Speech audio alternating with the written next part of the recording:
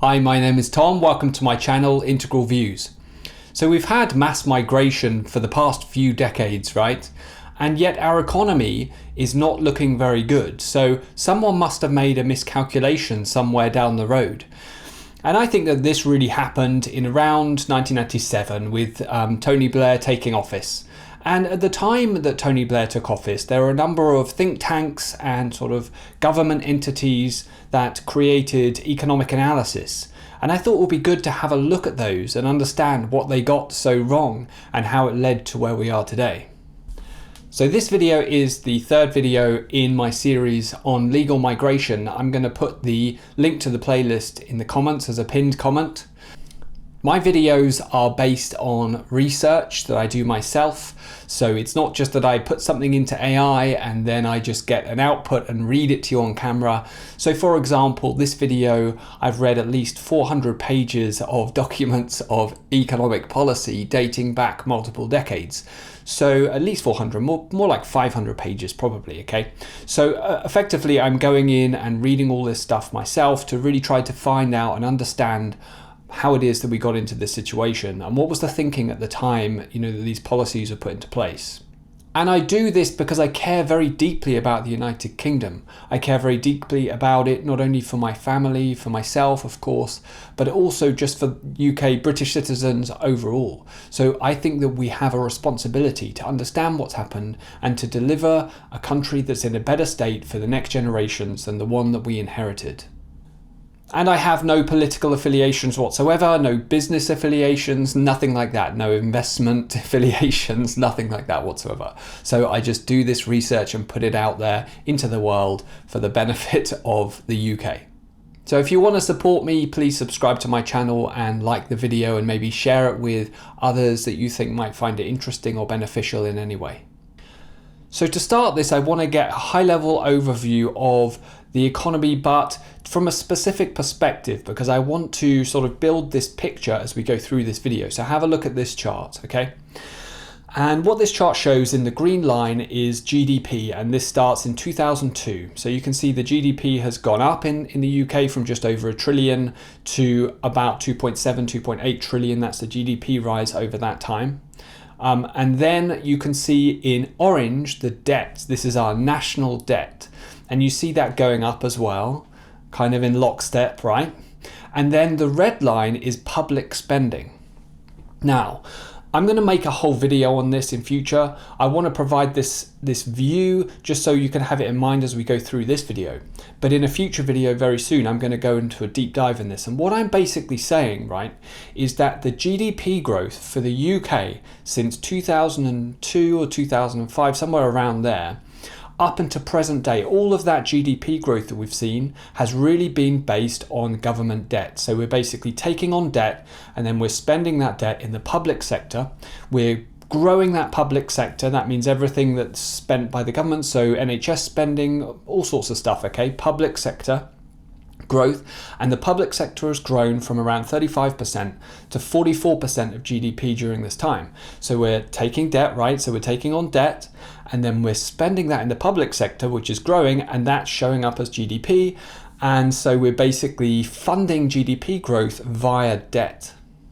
So I'm going to avoid the temptation to really go in detail here. I really want to because I've looked into this a lot, but that will come up on my channel, okay? So basically what I'm showing in this chart here is what would happen if we hadn't borrowed that money. This is incredibly difficult to show because we had the 2008 financial crash, and then we had COVID and the knock-on effects, and what's the economic multipliers of money spent through the public sector within the economy. It's very difficult, okay, to calculate.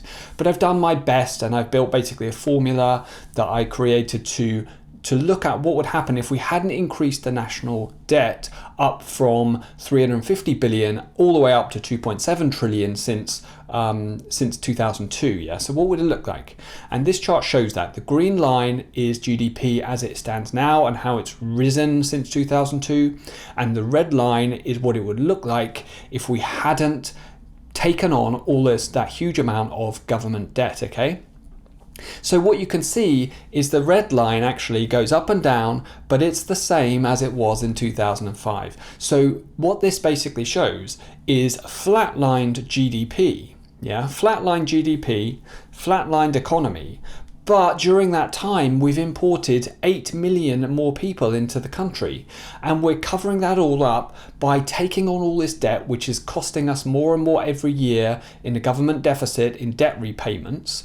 I think the debt repayments now are basically twice our defence budget just in repaying, the interest on that debt. So we're not repaying the debt, we're just repaying the interest whilst we're taking on more. Okay, so basically this forms kind of a general perspective that I want to create as we go through the rest of the material in this video. One last thing I want to cover before we go into these, into these sort of think tank documents again, understanding what they were thinking and what they got so wrong and how we can do better in future. This last chart, what this shows is the total number of people in employment age 16 plus. Okay, so what this basically shows from 1997 up to present day, we've seen an increase of 6 million people in work in the UK, 6 million people in jobs. So that's a big increase, isn't it, in that period of time? 6 million people more in work. But we've had 8 million people come into the country. So we've had more people come into the country than are in work. And that's people who are migrating. So that's net migration, 8 million up in that same time period. And so clearly we've got more people, but they're not all in work, right? There's 2 million missing there. And you might think, okay, so maybe that's children. But actually a lot of children will be born in the country. Often that's the case. Not that many actually migrate over, certainly not 2 million. Then there's students, of course, we have a lot of students coming here, but the majority of those go into work, or a lot of them go into work, or they return home. So it doesn't explain it, yeah? So we've got this 2 million gap. What are they doing? And because I know that I'm probably going to get a few comments around modern monetary theory, people who say you're thinking about it wrong, we can never go bust, we can never default because we have a central bank, a sovereign central bank, sovereign country with a central bank. Okay, so we can just magic money. But that is, of course, how the monetary system works. Bear in mind, I've spent 15 years working in London in the city in the financial sector, so this is not new to me. I know how the monetary system works. Effectively, that's what we've been doing. We've been magicking money, okay? Magic money has been created. And what's happened is we basically have a huge number of government bonds out there, the majority of which are foreign owned, and then the yield of those bonds is basically the interest that the government pays every year just as interest to maintain that debt that has been going up and up and up. So for all of those Richard Murphy, Gary Stevenson, Zach Polanski fans who believe you can magic money indefinitely into the economy, that's basically what we've been doing. So we've been doing that. And what they'll say is, well, as long as it goes into production, so as long as it's productive, then it's fine. That's kind of true. But the thing is that it's not being productive because we've been seeing massive rises in public sector spending instead of innovation. So we aren't making the economy more productive. We're actually making it less productive, less competitive globally. And so then we become an unproductive economy and an uncompetitive economy, and it costs us dearly. So there's something clearly really broken with the UK economy. It's not just the UK, it's basically across the Western or the developed world. And I think that this can all be tied into some faulty ideology and basically this kind of flawed way of thinking that goes all the way back to the late 1990s. And we can call that globalization, and mass migration is sort of an element of globalization. But of course, it didn't start there, did it? So we had Margaret Thatcher, who sold off a huge amount of our national assets, thanks a lot. And it's not just, I'm not saying it's just, Labour and Tony Blair, etc., because of course the Conservatives did a hell of a lot of this as well. So what we're going to do is at a very high level, we're going to look at some of these documents. I've pulled out some interesting pieces of information from them, starting in the year 2000, going all the way to 2018. So we can see the thinking that was taking place. And for me, I read all of these, and I've got to say, it's quite surprising how surface level all of this was considered. So we'll start this with this first document. So it is Migration, an Economic and Social Analysis. This is from the year 2000. This is when Tony Blair was in office, and this is before the A8 ascension. So before a lot of the countries in the EU, the kind of new member states like Poland, Romania, before they joined and before that first wave of real high levels of migration came to the UK. Let's start this off with a quote that comes from this document that was said by Tony Blair. He said, "We have the chance in this century to achieve an open world, an open economy, and an open global society with unprecedented opportunities for people and business." So what the Right Honourable Tony Blair is saying there is, let's not have borders, we don't need borders, let's basically have this open world and people will just move around freely. And what really stands out from this ideology, this way of thinking, is that it's very anti-nation state. It's very much kind of, all we need to do is liberalize everything, okay? Trade liberalization, opening up global trade, opening up global migration, and everything will just take care of itself naturally. And this next comment comes from the same document. So, Communiqué of Heads of Government, Berlin Conference on Progressive Governance, June 2000. So this is basically a lot of different, heads of government, right, all getting together and all thinking in exactly the same way and saying the same stuff.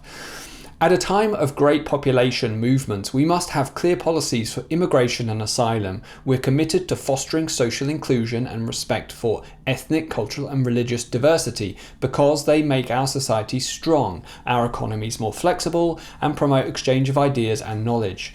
So basically what I've seen from looking through this is that there is not a counter view, there's no devil's advocate, there's no what if. There is just this acceptance of this ideology with very little evidence, basically. It's just a way of thinking. It's like, oh, we're going to do this, this is the new thing, and now we don't need borders and all that silly war that happened in our past, and we can just open up and everything will be lovely, lovely open world. That's what they're basically thinking. And now let's move on to the next statement from this document. Given this long list, it is incorrect to see migration to the UK as entirely determined by policy operating via the legal and administrative mechanisms of immigration controls. There is an image sometimes presented in the press and public debate of a pent-up flood of immigrants. If the tap is opened a little bit, more will come in. While it is closed a little bit, fewer will come in. As the discussion in this report shows, this is not the case. Economists' model of migration focus on individuals' decisions and the incentives they face. Immigration policy and immigration controls are an influence and a constraint on those decisions, but not necessarily the only determining factor. Okay, so what this is basically saying, right? So the part I really want to pick out here is there's an image sometimes presented in the press and public debate of a pent-up flood of immigrants. Now, this was said in the year 2000. And what they're basically doing in this document, and this was referred to in many different comments, I've just pulled one out as an example. What they're saying is that the press is saying that there's a lot of kind of fear around immigration. And so people are putting this thing that there'll be this flood of immigrants if we open up just a bit, and then they're saying, well, it's not to do with immigration policy. It's not to do with the policies we put in. We can't control this. And so what happened, that was their thinking. They're saying, oh, it's all fear-mongering. Well, then, as usual, they were very, very wrong. So they said that in the year 2000. A8 ascension for Poland, Romania, a number of other countries happened in 2004. The Home Office in 2004 predicted that between 5,000 and 13,000 people per year running up to the year 2010, from 2004 to 2010, would come to the UK. So between 5,000 and 13,000 was their prediction. So what actually happened? Well, actually what happened was we saw 228,000 per year from 2004 all the way to 2011, a total of 1.6 million people. So was it fear-mongering in the media? No, the people who wrote this and the Home Office were completely wrong. And in this whole policy document, they didn't model for this at all. They didn't say, what if we're wrong? They didn't model for it whatsoever. And now let's get into the next couple of comments. So what I find with these is they really show how they're thinking about migrants as kind of goods, as, you can say like units on a spreadsheet, yeah? So let's go through it. So economic migration is normally a voluntary market transaction between a willing buyer, whoever is willing to employ the migrant, and a willing seller, the migrant, and is hence likely to be both economically efficient and beneficial to both parties. I go on a bit. As long as the marginal productivity of labour differs in various countries, the migration of labour is welfare improving. So they're making all of these kind of judgments. Now, the really interesting thing that I thought about this, is that they're basically saying that migration will naturally cause welfare. But what kind of welfare are you talking about? Are you talking about welfare globally? And so some countries that these people are in charge of will have to just lose out to provide welfare overall. Well, it seems like they're actually talking about welfare for natives, but it's not completely clear. One key difference between migration and trade, however, is that unlike goods or capital, migrants are, as discussed above, economic and social agents themselves with a degree of control over the migration decision. Well, thanks for noticing that they're actually people and not like just goods. Unbelievable.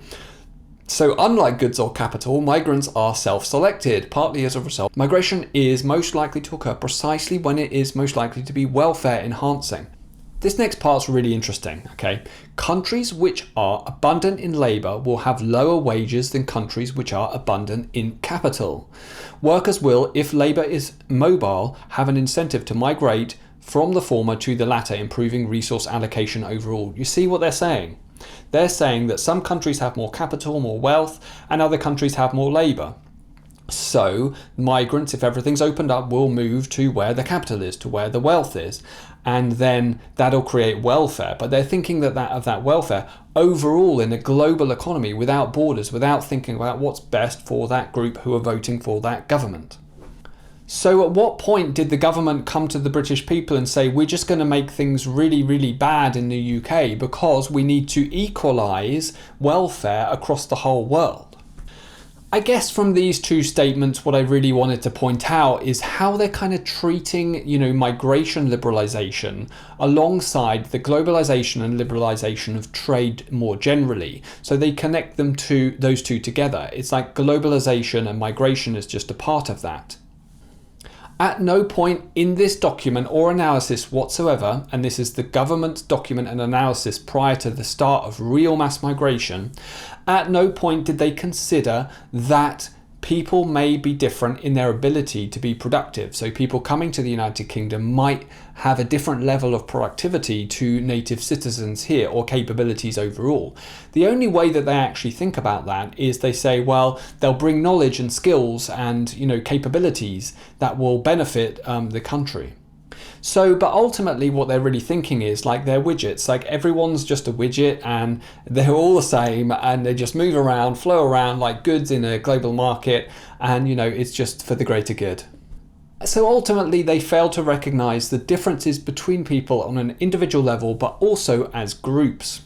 Additionally, they place basically no importance whatsoever in having a dominant national culture that's connecting all the people within a country. They don't think about that whatsoever or consider it. Okay, now this next bit's interesting as well. Like trade, migration has distributional implications. In general, migration increases the supply of labour and human capital. This is likely in theory to reduce wages for workers competing with migrants and increase returns on capital and other factors complementary to migrant labour. In general, this redistribution will favour natives who own factors of production which are complementary to migrants, and hurt those who own factors of production which are substitutes. So a key question is whether migrant skills are substitutes for or complement those of native workers. What they're saying is basically when migrants come in, they're likely to benefit people who are natives that have kind of complementary skills or in complementary areas to the jobs that migrants come in and do, and hurt those who are kind of substitutes. So If migrants come in who are going to do the same work, then it's going to hurt the natives who are doing that work by lowering their wages. Okay, now what we've seen is mass migration from people with all different types of skill level, so right from low skill up to high skill. And so natives right across the board, down from low skill workers all the way up to high skill workers, have been harmed. And that's what they pointed out could happen. So they knew right the way back in the year 2000, when Blair was in charge, before we opened the floodgates, they knew that it could and probably would suppress the wages of native citizens. That's what it's done. But they assumed that this would benefit natives overall because the native citizens are the owners of capital, the owners of the assets. So effectively, migrants will come in, and then the capital owners, the owners of the assets, the owners of the businesses, overall will be benefited. So the worker natives will be harmed, but the capital owner, asset owner natives will be helped. But how about this? How about the fact that we have loads of global corporations in the UK, so the capital owners, the shareholders of those assets, are outside of the United Kingdom very often. So we're helping people who are investing in those businesses, who often pay very low or little zero tax for whatever reason, okay? We're helping those foreign citizens outside of the UK by bringing in migrants to work for those businesses that benefit the foreign citizens, but that's going to harm the natives who would otherwise have worked within those businesses. Doesn't make any sense. Again, not really considered this foreign ownership thing within any of this analysis. And this next statement is again very relevant. The analysis above assumes that markets are functioning well, in particular that the labour market matches workers to jobs without generating unemployment. As set out in Chapter 6, the UK does have a relatively flexible and well-functioning labour market. It did have, I guess. However, this is not the case. However, if this is not the case, then it is theoretically possible for migration to generate higher unemployment for natives.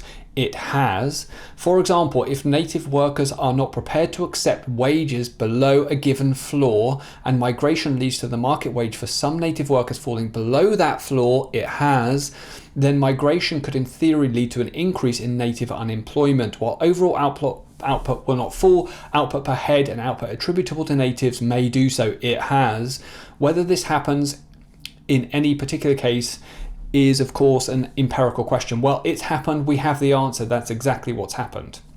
Basically, what's happened is loads of people have come in who are willing to work for low wages because they come from countries with much lower living standards and much less advanced economies. We developed an advanced economy in the UK, and instead of improving that economy through productivity, through innovation, what we did was we imported millions of people over a number of decades so that capital owners didn't have to innovate and improve productivity within their businesses. They could rely on cheap labor from outside that harmed native workers but benefited them, right? That benefited them, and then it caused increased wealth inequality whilst also making the entire economy incredibly unproductive, both in the public sector and in the private sector. So instead of innovating, we basically employ more people who are willing to work for less, where natives would have higher standards and say no, so you have to innovate and you have to develop ways that we can deliver those better jobs with better pay, but the businesses didn't have to do that, and nor did the government. So have a look at this. This says, intangible social and human capital, migrants may have attributes, entrepreneurialism, for example, that generate benefits for natives. Diversity, natives may gain tangible or intangible benefits from interacting with migrants from different backgrounds and cultures. So they're talking about the benefits, but they didn't talk about the harms. They didn't balance this out and say, what could the risks, what could the harms be? They only looked at it from a positive point of view because they're trapped in an echo chamber ideology that this is the right idea. And so we're only going to select for ideas that confirm that and data that confirms that. Now have a look at this statement. Britain is a country of immigration and emigration. It always has been relatively open, and the British population is now, as it always has been, the result of successive influxes of migrants and racial cultural intermixture of those migrants with those who are already here. Well, yeah, but at very low levels relative to today, at very low levels to what Tony Blair did and all successive governments after that, what they did. So here's a chart that I produced in my last video. Here we can see the foreign-born population over time, dating all the way to the year 0 AD, through the Roman invasion and the Roman rule, through the Norman invasion. The Anglo-Saxons, actually, they came just after the Romans, but they never went above 3.5 or maybe slightly above 3.5%. Well, now we're at 20% foreign born. So no, nothing like this has ever happened before. And no, that's not the nature of the British society overall. Yes, migration's happened. Yes, people have emigrated to the United States, to Canada, to all over the place, but not at these very, very high levels. Never have we seen people migrate to the UK and having these very high levels of foreign-born population. It's never happened before. And we'll close off this study just with a couple of quick images. So this one, right, shows a few different categories for UK born and foreign born. So we've got foreign born in the darker kind of purple, darker pink, and then UK born in lighter. So first we've got employees. So you can see that foreign born people, even in the year 2000, before they opened the floodgates, foreign born people were less likely to be employees. They were slightly more likely to be self-employed. They were more likely to be unemployed, and they were more likely to be economically inactive. So they already knew that people who had come in, right, foreign-born people, were more likely to be unemployed, less likely to be employees, but they did it anyway. And then there was this last chart, and this shows migrants as share of the population. And here we can see London there standing out at 25%, 25% that sort of darker purple. Well, now we've got 20% for the whole of the United Kingdom, 20% foreign born for the whole of the UK. And that's one hell of a difference in just one generation, isn't it? Now I'm just going to do a quick summary of what that policy document sort of didn't mention, didn't think about, how it failed. Because that's a big fail, isn't it, right? So we've seen these massive changes, and if we haven't got the results we were looking for, well, that's a big fail, someone messed up. So basically, it didn't consider remittances. It didn't think about money that's sent out from the economy by migrants to other countries, and we see that running, I think it's about 18 billion a year these days. But other capital outflows that we can't measure so well. So for example, we have people leaving who are EU citizens now on quite a large rate, emigrating. So they've lived here, they've seen property price booms, maybe they've been homeowners, and then they're selling, and then they're taking that money from the UK and taking it back to their home country. So it didn't consider that people would potentially just take money out of the UK. It didn't think about that whatsoever. It assumed continuous growth. So it assumed continuous economic growth from the year 2000, basically indefinitely, and it based all of that on that, all of this whole policy on that assumption. And we did see that growth, didn't we? But what I'm saying is that all that growth really was growth in the public sector that was debt funded. This one is a big one. So it completely failed to recognize the negative impact on productivity and innovation within businesses. It completely missed the point that businesses and even the public sector could rely on migrant workers coming in to fill jobs instead of having to deliver innovative ways of doing things that will increase productivity. So our economy is very unproductive now, and it failed to see that that could be the result of mass migration. It completely failed to model for the levels of migration that would come in. They predicted 5,000 to 13,000 per year, right? And we saw 228,000 or that kind of amount. And basically overall, all of these documents, none of it predicted what was going to happen. So they're all just wrong. And what really stuck out for me is that it completely failed to recognise the importance of maintaining British culture. It completely failed to recognise the impact on native citizens and what they thought about it. So basically, mass immigration has never been supported by British citizens at any point whatsoever, so it's undemocratic. And they basically completely ignored that. They looked at it like, digits, in a global economy. And they just completely failed to recognise the human element altogether, basically. Okay, so let's move on to our next document. This one's going to be very quick. I read many of these. I spent 5 days reading, basically, for many hours. But, needs must. Now, this one is from the House of Lords, the economic impact of migration. I just wanted to cover a couple of things from this. This is 2007 to 2008, and this was basically the House of Lords pushing back against the government. But there's just a couple of things in here I want to pull out.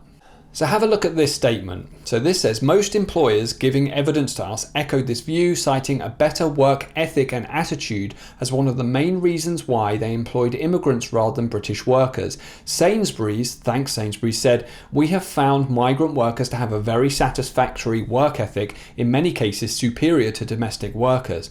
The National Farmers Union told us that migrants are an attractive source of labour to UK employers because their work ethos, efficiency and dependency, and that they do jobs the domestic workforce is unwilling to do.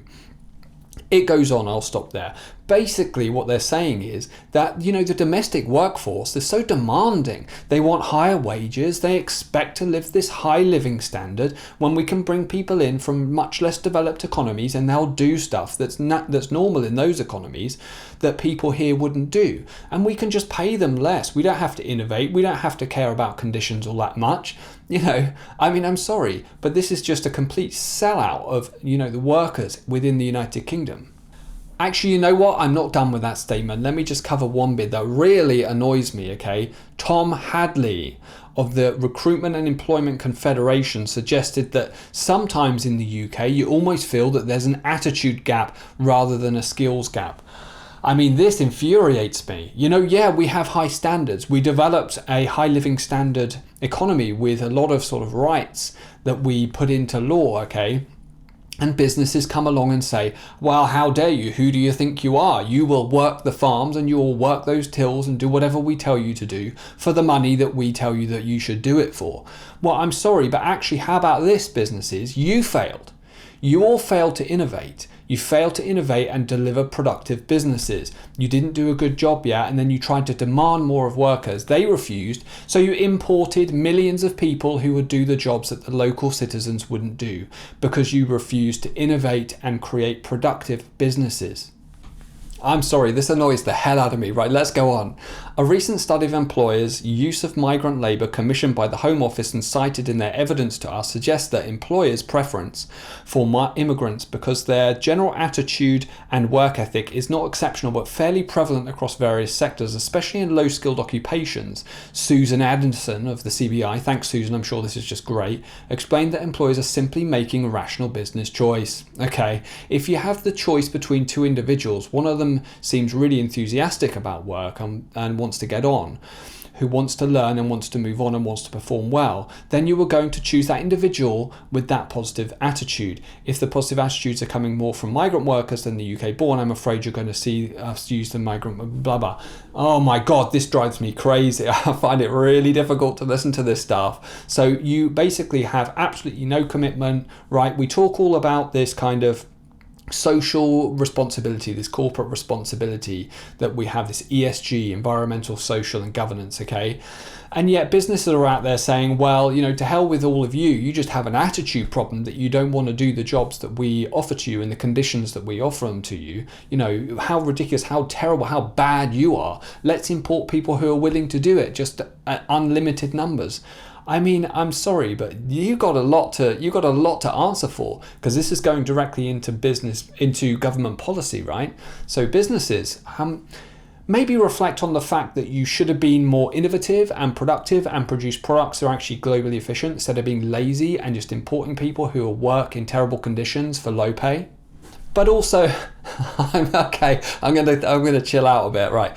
Now, but also within this House of Lords document, price adjustments and other alternatives to immigration. So basically there were some people there at least tried to be a little bit kind of reasonable. Professor David Metcalf, chairman of the new Migration Advisory Committee that advises government on immigration and labour shortages, told us that the whole notion of shortages is a bit of a slippery concept, yeah? Basic economic theory suggests that labour shortages occur when the demand for labour exceeds the supply of workers who are qualified, available and willing to do the job. Vacancies exist because employers wish to recruit more workers than are willing to work at the prevailing wage. In a simple economic model of a competitive labour market where demand and supply of labour are critically determined by the price of labour, most labour shortages are temporary and eventually eliminated by rising wages. What have we not seen? We haven't seen rising wages. We've seen stagnated wages. What a catastrophic and fundamental selling out of British workers, okay, based on poorly thought through government policy and really condescending business sentiment. Let's move on to our last paper, the fiscal impact of immigration on the UK, Oxford Economics. So this is basically a company, okay? And this was June 2018.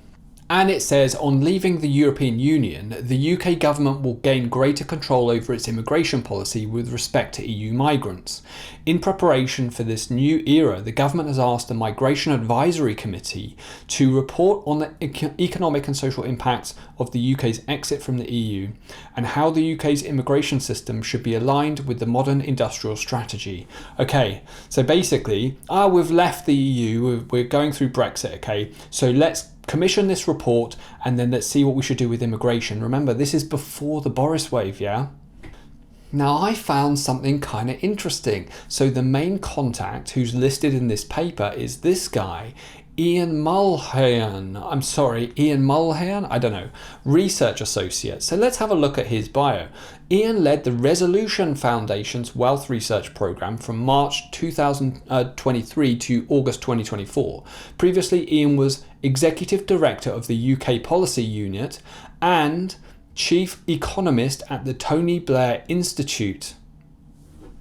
Okay, so, and this is from his bio page on Resolution Foundation. So he's connected into the Tony Blair Institute. Tony Blair, of course, started this in 1997. Year 2000 was that last paper we looked at.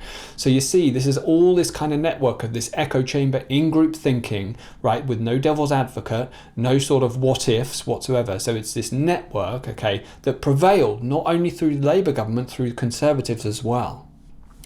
We're not going to go through this one in so much detail. I'll just pull out some interesting stuff from this. So this first graph, okay, this, based on their analysis, this shows what they think the economic contribution from different types of people in the UK are. So on the left, we've got natives, minus 70, okay, and just bear in mind, so they're considering this within a year where there's a government deficit, so I won't explain too much, but natives, they say they cost on average, but then non-EEA, which means non-EU migrants, are negative 840, okay, so that's a big negative per person, right? Then you've got EEA, their contributors, that's basically the European Economic Area, so that's EU plus Norway and some other countries. EEA OMS, and OMS means old member states like Germany, France, Italy, etc. And then NMS is new member states, which is like Poland, Romania. So you can see the different sort of contributions that this study calculated for the different types of migrants. And the thing to take note of in the beginning is that the non-EU migrants, non-EEA migrants, okay, from wherever, from across Africa, from India, from everywhere, all taken together as a group, are the largest negative sort of drain on the economy. Just to clarify, the largest drain per person. One thing that's really important in this analysis they point out is that they do this sort of snapshot in time. So they look at like a state in time. But the thing about that is that a lot of the migrants who come here will be younger. And a lot of the people who are native citizens will be pensioners, yeah? And so if you look at them overall, at that point in time, you're getting a lot more income from the people who are younger, who are working at that point in time. So it's not a very fair comparison. And so that's reflected in this chart here. You can see natives with over 65 at 24%. And then, you know, the other groups have sort of a younger overall population, with OMS, the older states in the EEA, having a similar kind of age profile to natives. But, you know, you can see even the non-EEA, so the non-EU migrants, they have a younger population overall, but they still cost significantly more than everybody else per person. Now bear in mind that this is before the Boris wave happened. This is before Priti Patel and Boris Johnson, the Conservative Party, took the Brexit vote and then opened up our migration policy and then caused millions of people to come to the UK from outside of the EU. Now this is really interesting here, okay? So have a look at this chart. This shows the average hourly pay. Let's focus in on those non-EEA migrants, because this policy document was created, this analysis was created before the Boris wave, for the government basically saying what should we do after Brexit and an immigration policy. So what we can see here is that non-EEA, right, hourly wages are above natives and above EU overall. That's weird, right? Because we said that they cost more, so how could their wages be higher? And this next chart shows why. So basically only 65% are in work. So that hourly wage is when they're working, and this shows like, you know, the rate at which they are working. So this is the unemployment rate. So basically we've got non-EEA, non-EU, right? India, and then Pakistan and all the other countries outside the EU that migrate here. Overall, taken as a group, they have the lowest employment levels. And so we end up with this graphic, and that shows us that the natives are costing the most. This is in a deficit year, so overall it's negative, yeah. But then non-EEA is costing us a lot, though those people are costing a lot of money, right? 9 billion basically. So this is right before we open up those floodgates to never seen before levels. The last chart that I want to show, right, because this is very chart heavy, I know. Okay, so the last chart I want to show is this one. And this shows like the break-even point. So at what point, at what wage point would people from different groups have to reach, right, to be a break-even economically from a government's perspective. And the one I want to point out again is non-EEA, that purple line, and you can see they have to earn more to be break-even, because basically overall as a group, you know, they're unemployed more, etc. But all of this is if you accept their analysis, and I don't accept their analysis actually. I think they're still missing a lot of things. Again, no proper calculation of remittances, money sent out of the economy, right? No sort of calculation properly for capital outflows as a result of migration. No proper analysis of whether migration has contributed to higher public spending overall, which we did see rise well before this study. But one other thing I want to point out is they group all non-EU together. So they split out EU by older member states and newer member states, but then they just lump everybody else, all of the non-EU people together. So India can be with Pakistan, can be with Nigeria, can be with everyone, right? All together as one lump sum, okay? But that's not the way it functions whatsoever. That's not what we see. And I'll give you a couple of examples of that. So a couple of examples, okay, so if we look at this data from the ONS from 2021, we can see that Muslims are by far more likely to be in social housing than any other group, right, any other religious group. And we've got Hindus and Sikhs right the way down the bottom. Now, we basically would see Muslims typically, not always, I know I'm generalizing, and Hindus and Sikhs that would be non-EU migrants. But they're at completely the different ends of the spectrum here in social housing. So why aren't we factoring these kinds of things in our immigration policy? And then we see the same thing again here in this figure, again from the ONS, again from 2021. And what this shows is the number of people, the percentage of people in employment, different types of employment. So what we want to look at is like the pink and also the kind of greenish yellow, whatever color that is. And we see Muslims again down the bottom. Many more economically inactive, many more unemployed. And the point I'm making here is I think this is cultural. I think that the women typically, and this is what we see in the data, I'm not just saying this, okay, they typically don't work. So they don't work at the rates that others will. Of course, you've got Muslim women working, I know that. But when taken overall as a group, yeah, when you're looking at comparisons of different countries and different cultures, there is definitely a difference here. It's reflected in our economic data. And that concludes our whistle-stop tour through all of these policy documents. Okay, so I'm going to summarize my view. I tried to pick out some pieces that would sort of tell the story, but generally some things stood out to me, right? So they didn't think about capital outflows, they didn't think about remittances and that impact on the economy. They basically always took the ideological position of migration is good and we need to liberalize it overall globally. They also didn't consider the contributions from different groups culturally. They didn't consider the impact on the British culture overall. They didn't predict the huge numbers of migration that we saw either originally in that first paper document when Tony Blair opened the floodgates or in 2018 before the Boris wave. Neither of them predicted any of that or modelled for it whatsoever. None of those documents thought about the lack of productivity in the UK economy and how it's been driven by mass migration. But all of these topics are very deep in themselves, and this video is already extremely long, so I'm going to split them out and do separate videos on them in future on my channel. Now, it's very difficult for us to place blame because really this is a whole ideology. There's loads of people in corporations, in businesses, right, in sort of think tanks, in government, in civil service. But if we have to place the blame, right, I'm going to name two people, Tony Blair and Boris Johnson. So together, you know, Tony Blair set the scene and Boris Johnson blew open the floodgates. In my next video in this series, I'm going to talk about British sentiment. So what was the public's view at every step in this process? What's the British view right now? What's the view of citizens? Was this completely undemocratic? I'm then going to think about later in a later video, what do we do next? What's a policy that what can we learn from all this stuff? What's a policy that makes sense? I think that we need to discriminate more. I don't think discriminating is a bad thing. I think actually not discriminating is a bad thing. So I think that we need to actually look at the impact of different cultures, of migration from different groups and how they impact the UK, okay?